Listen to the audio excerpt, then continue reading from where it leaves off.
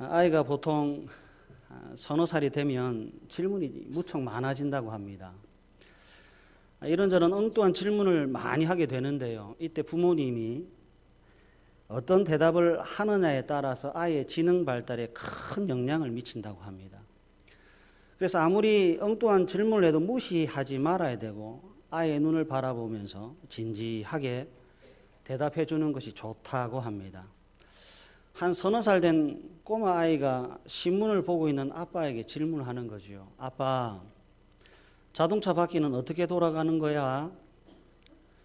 아버지가 내 아이의 지능은 내 대답에 달려있다고 생각하면서 이제 진지하게 대답을 하는 거예요. 아들, 자동차 바퀴가 움직이는 것은 연료가 연소되면서 발생하는 열 에너지를 기계적인 에너지로 바꾸어서 자동차가 움직이는데 시동을 걸고 난 뒤에 클러치를 밟고 변속기를 1단이나 2단 위치에 놓은 다음에 엑셀레이터를 서서히 밟으면 프로펠러 샤프트라는 추진축이 움직이면서 자동차가 앞으로 서서히 움직이는 거야. 아빠가 스스로의 대답에 만족하면서 이제 자랑스럽게 아들을 탁 본 거죠. 그랬더니 아들이 벌떡 일어나 뛰어가며 엄마를 외칩니다. 엄마, 자동차 바퀴는 어떻게 돌아가는 거야? 엄마가 대답하는 거예요. 응, 빙글빙글. 저는 저희 집 사람이 그랬다고 대답을 못 하겠습니다. 이 아이가 이제 자랐어요. 엄마하고 이제 돌고래 쇼를 보러 간 거죠. 처음 본 돌고래가 무척 신기했나 봐요. 그래서 호기심을 이기지 못하고 엄마에게 질문합니다. 엄마, 저거 뭐야? 엄마가 대답합니다. 응, 생선. 우리 아이들은 잘 자라고 있습니다. 오늘 본문의 내용이 이런 거예요. 광야 40년을 보냈습니다. 이제 막 요단강을 건넌 아버지 세대에게 자녀들이 질문할 것과 그 질문에 대해 아버지 세대가 대답할 것이 있다는 내용을 기록하고 있어요. 여호수아 4장 21절입니다. 다 같이 한번 읽어볼까요? 시작. 이스라엘 자손들에게 말하여 이르되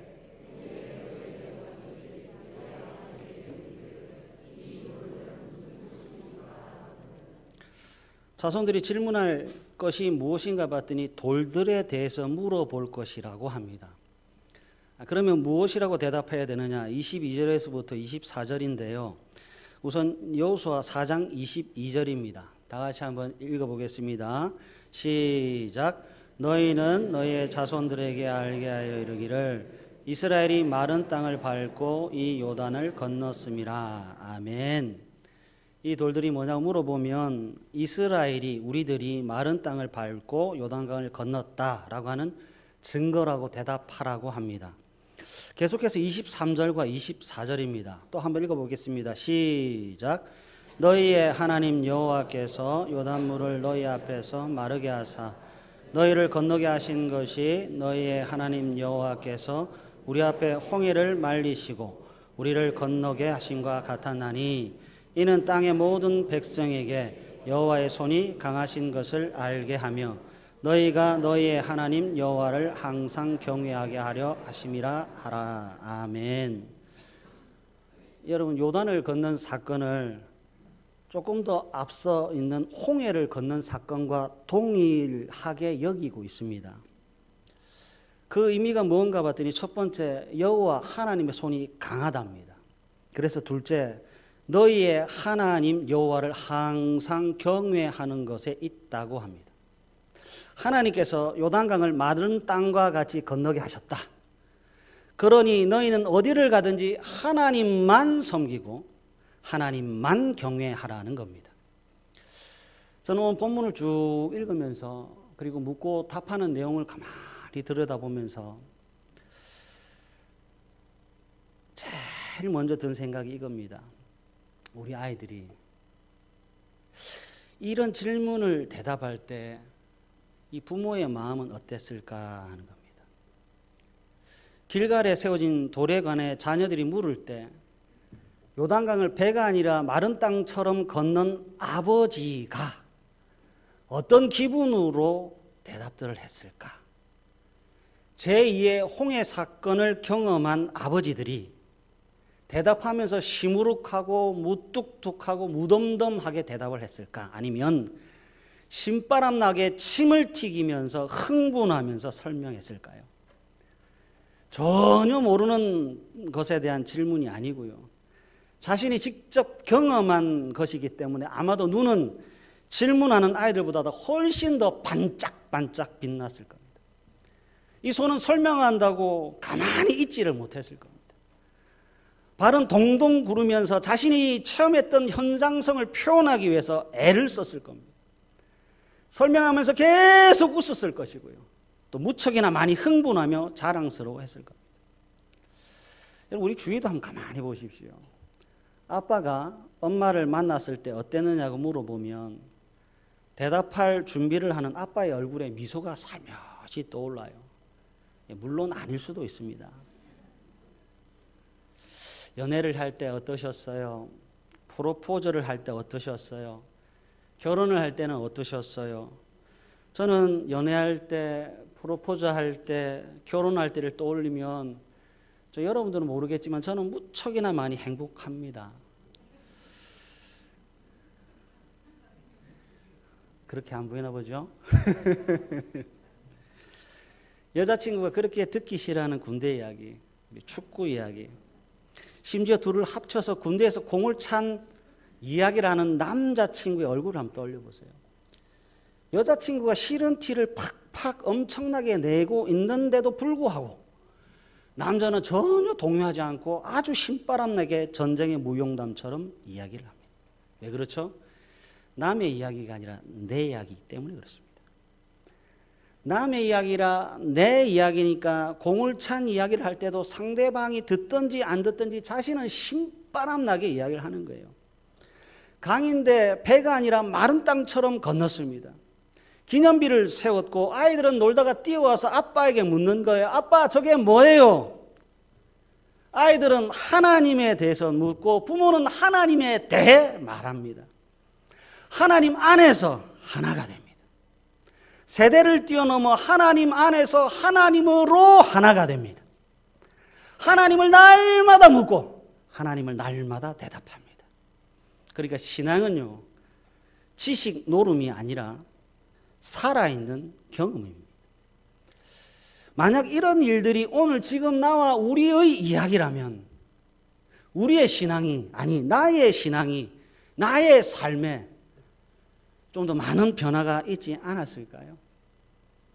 신학이 지식 노름이 아니라 진짜 실제를 경험하는 것이란다면 우리의 신앙이 지금보다는 조금 더 좋아지지는 않았을까요? 본문의 내용으로 들어가서 조금 더 한번 살펴보려고 합니다. 여호수아 4장과 8절인데요. 우선 8절을 한번 보겠습니다. 8절 다 같이 읽겠습니다. 시작. 이스라엘 자손들이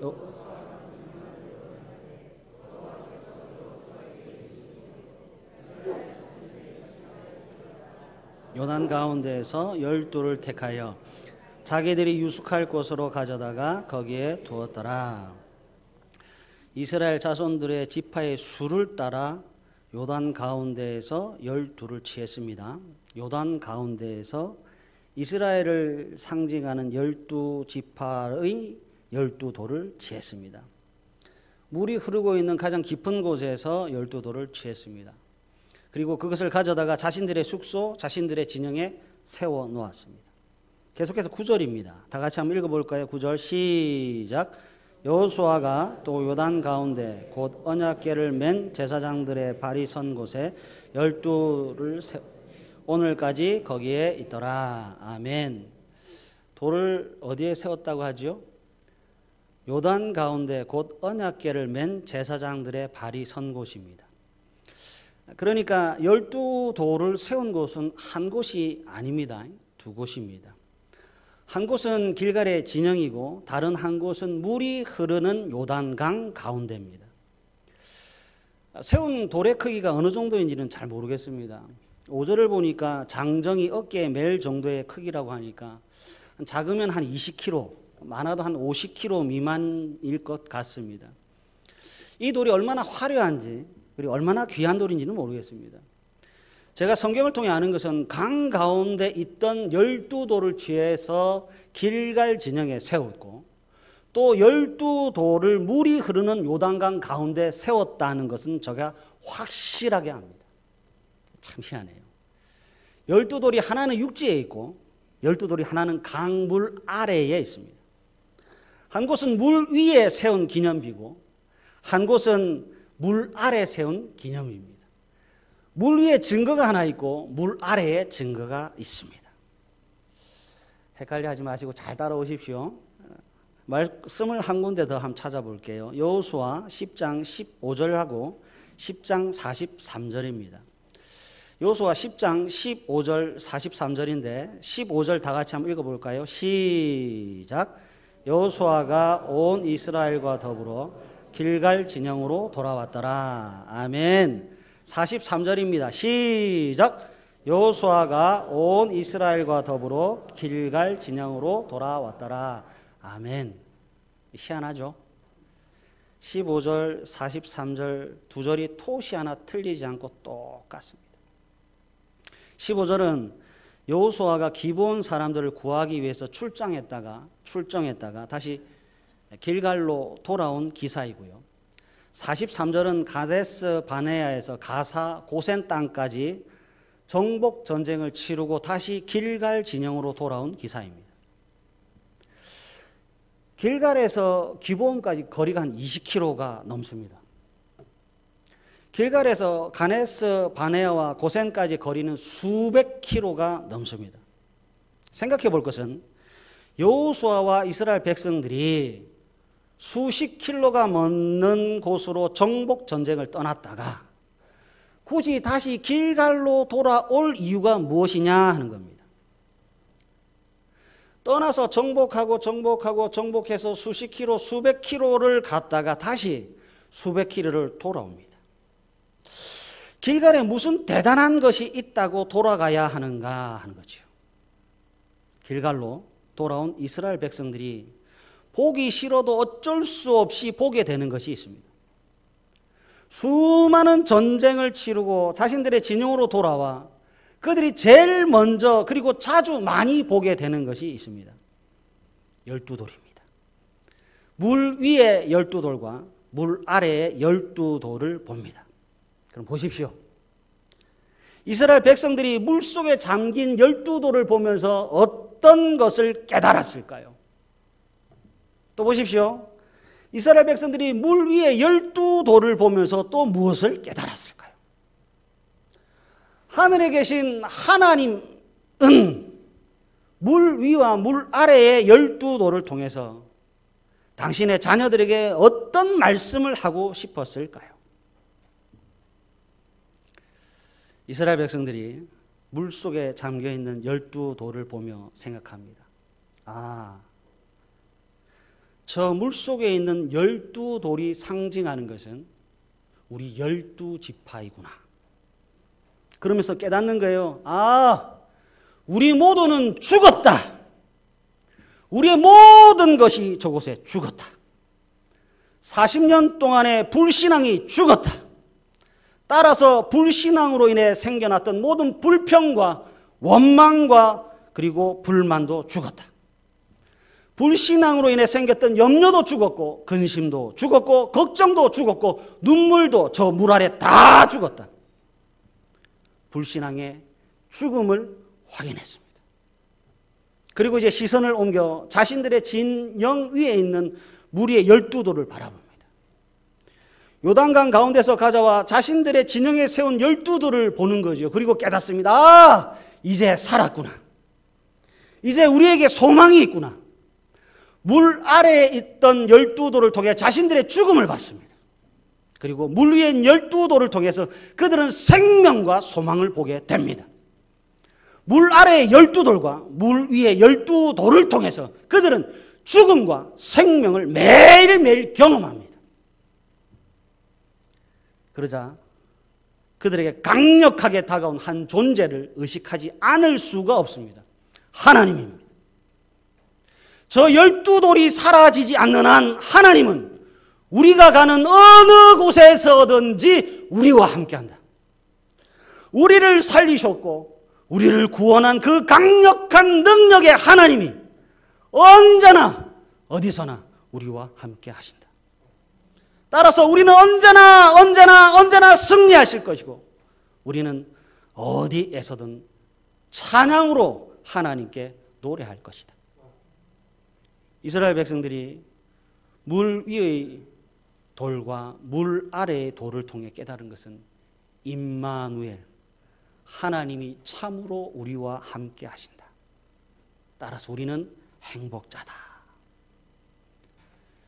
물 아래의 돌, 물 위의 돌, 죽음과 생명을 통해서 생사하복의 주관자이신 하나님을 경험합니다.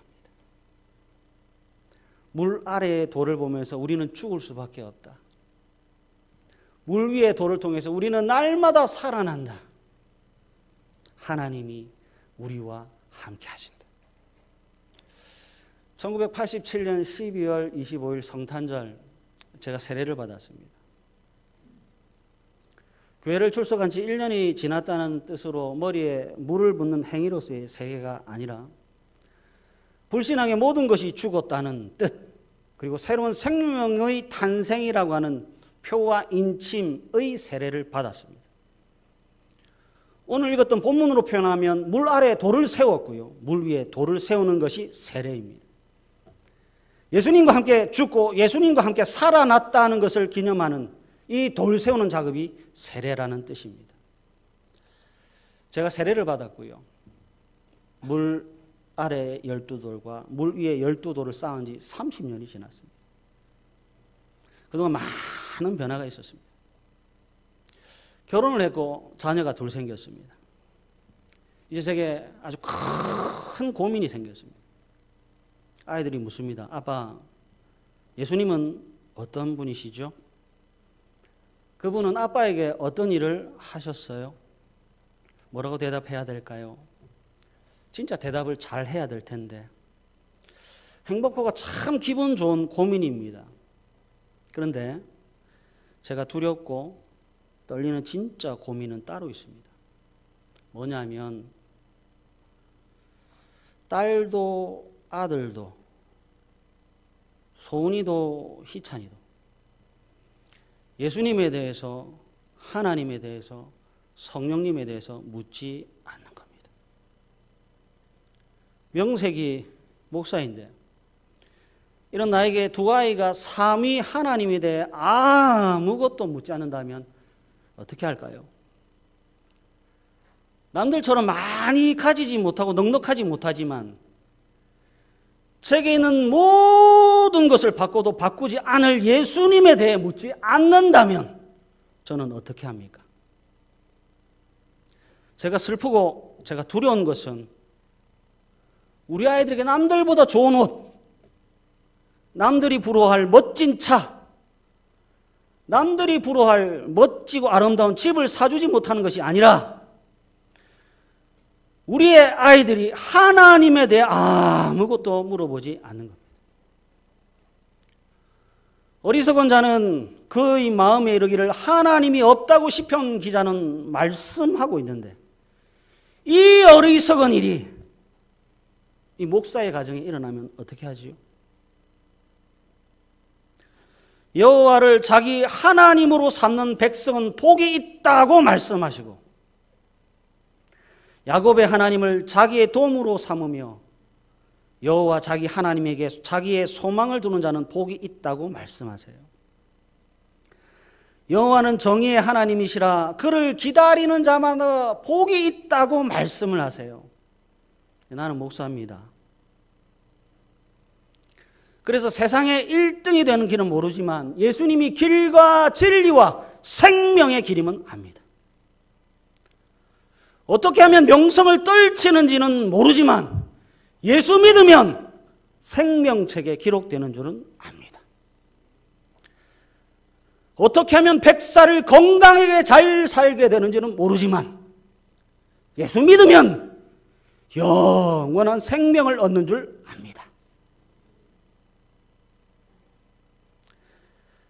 세상의 자랑이 되는 방법은 모르지만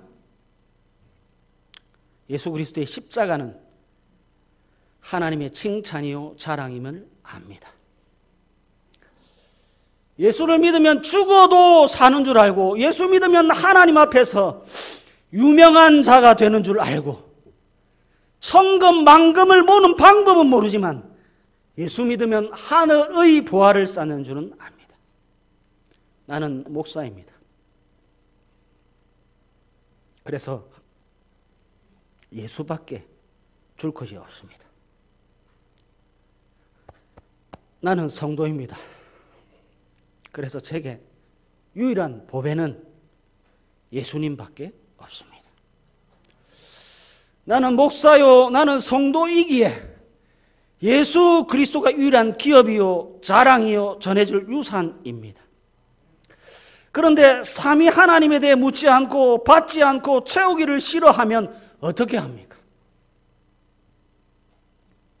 예수 믿으면 천국 가고 예수 믿지 않으면 지옥 가는데, 믿음 따라 살면 하늘에 상이 있고 세상 따라 살면 하늘에 심판이 있는데, 100년의 삶을 위해서 영원한 삶을 포기하면 어떻게 합니까? 나는 부모입니다. 그래서 언제나 저는 최고를 주고 싶습니다. 나는 아빠입니다. 그래서 나는 보배를 주고 싶습니다. 그런데 받지 않으면, 그래서 멸망의 길을 가면 어떻게 하지요?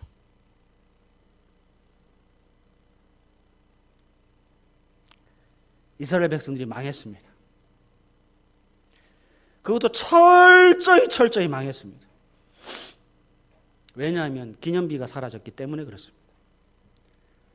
자녀가 물을 기념비가 없습니다. 부모가 대답할 기념비도 없습니다. 어느 때부터인가 묻고 싶어도 물을 수 있는 기념비가 사라졌고 대답해야 될 기념비도 사라졌습니다. 그랬더니 복의 근원이신 하나님도 그들의 기억에서 사라지고 말았습니다. 하나님 한 분을 잃어버렸습니다. 그랬더니 생명을 상실합니다. 하나님 한 분을 상실했습니다. 그랬더니 행복을 잃고 말았습니다.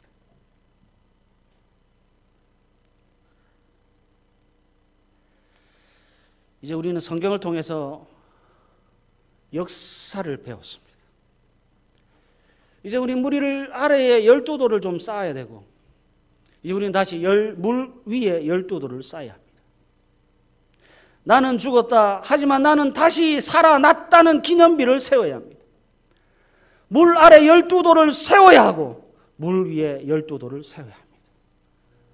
나는 죽었다. 그러나 나는 다시 살아난다는 12돌이 뭐냐? 예배입니다. 기도입니다. 주일 성수입니다. 죽음 속에서 하늘 소망인 하나님을 바라보는 것. 내가 죽고 다시 살아났다는 기념비는 예배와 기도와 주일 성수입니다. 아이들은 주일을 성수하는 부모에게, 예배를 드리는 부모에게, 눈에 보이지 않는 하나님께 간절히 기도하는 부모에게 묻습니다. 하나님이 누구입니까? 사랑하는 가족 여러분, 예수님이 누구십니까? 예수님이 여러분에게 무슨 일을 하셨습니까? 그리고 예수님은 지금 나에게 어떤 일을 하고 계십니까? 물 아래에 12돌과 물 위에 12돌을 세우십시오. 자녀들에게 대답할 것을 준비하십시오. 예수님이 누구인지를 목이 터져라 전하십시오. 아이들이 듣고 아이들이 보고 있습니다. 여러분들이 전해준 것이 우리 아이들을 살릴 것이고, 여러분들이 전해준 것이 우리 아이들을 행복하게 할 것입니다. 날마다 대답할 것을 준비하는, 날마다 예수 믿는 증거를 몸에 새기는, 날마다 예수 믿는 기념비를 세우는 부산 북교회가 되기를 간절히 바랍니다.